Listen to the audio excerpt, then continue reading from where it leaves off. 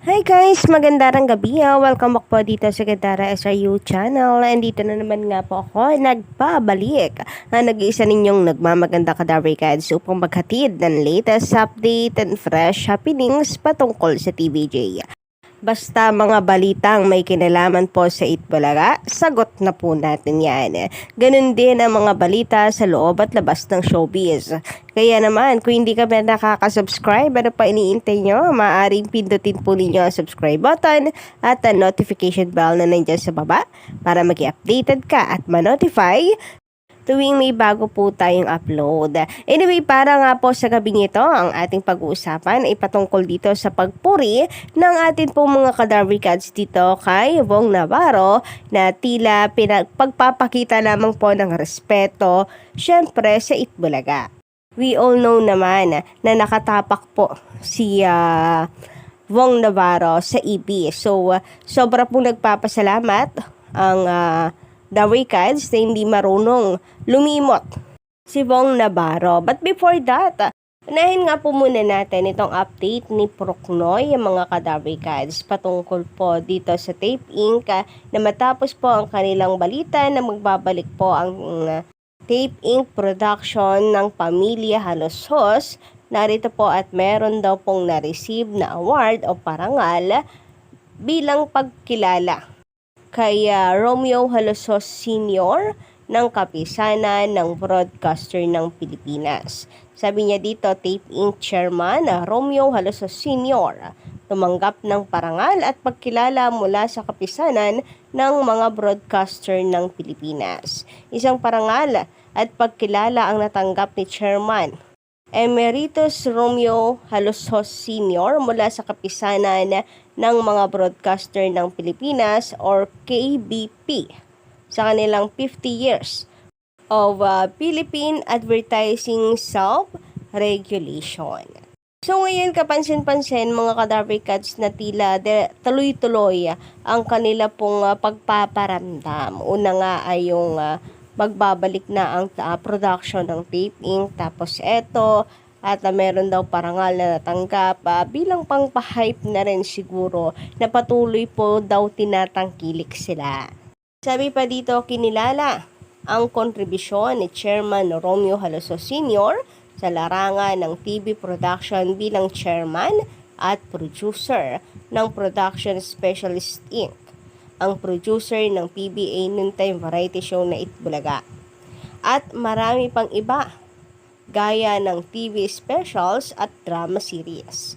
Kalaunan, ang Production Specialist Inc.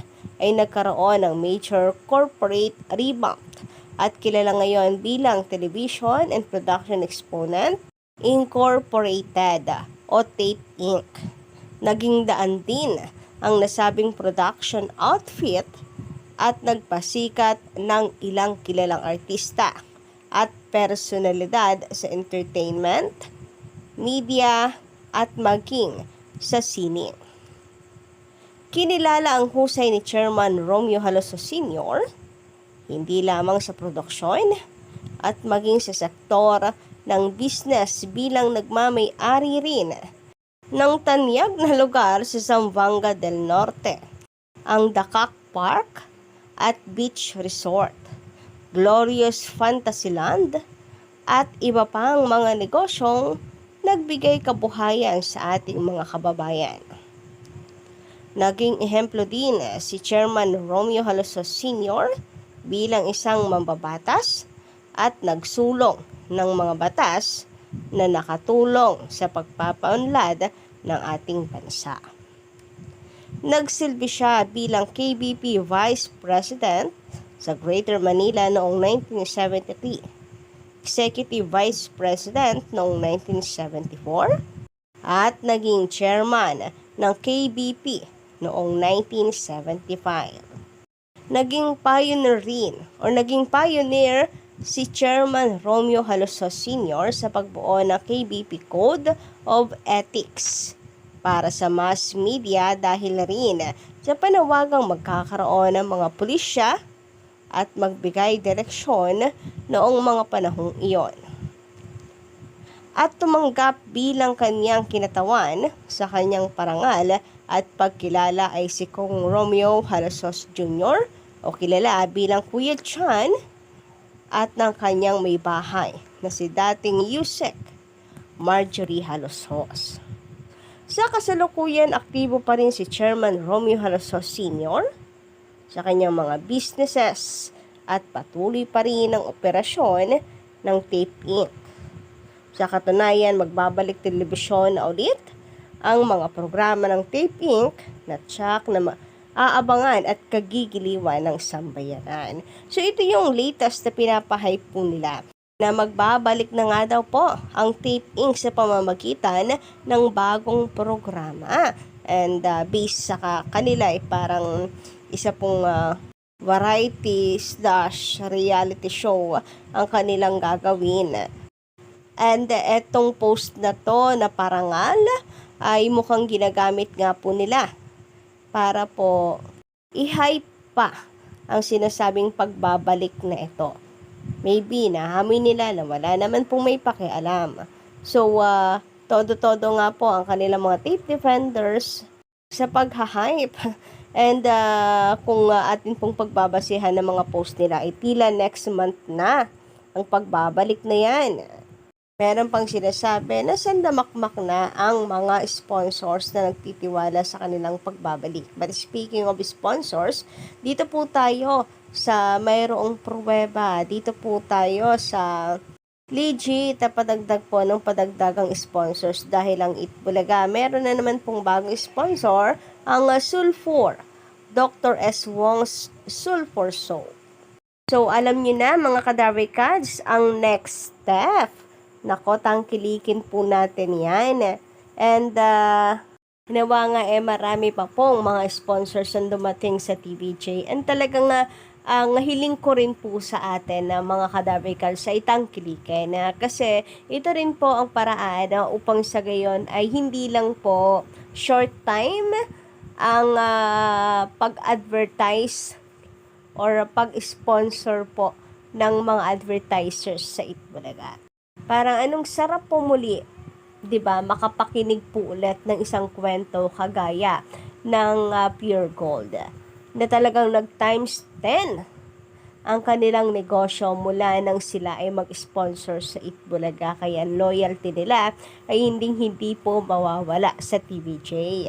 So ang sarap lang pakinggan ng mga ganito pong kwento na talagang because of Itbulaga talagang nagbo-boom ang kanila pong negosyo. So, hoping, Kadaver Cats, no, na marami po ang tumangkilik sa mga advertisers ng TVJ. Samantala, let's move on at pag-usapan naman nga mga Kadaver Cats ang tungkol dito kay Vong Navarro. So, siguro naman lahat po kayo ay aware na naging parte rin po siya ng Itbulaga. Nakatapak po siya ng Itbulaga. And, ito nga po ang dahilan kung bakit nagpapasalamat po ang mga Kadaver Cats na kahit nandito siya sa Showtime ngayon, yung respeto hindi nawawala.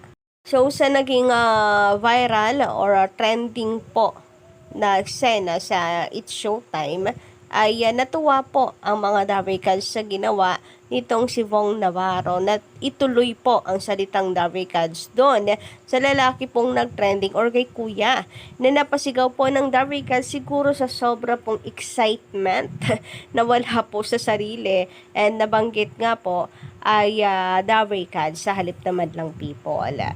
So, hindi nakaligtas po sa mga Kadaver Cats naman ang naging reaksyon ni Vice Ganda dito na tila nga daw po ay ginawa niyang pangbabara dito kay Kuya. Parang hindi daw kasi nagustuhan yung pagkakamali ni Kuya. Parang nabastusan siguro. Yun yung dating po sa mga tao or sa mga Kadaver Cats, legit Kadaver Cats rather.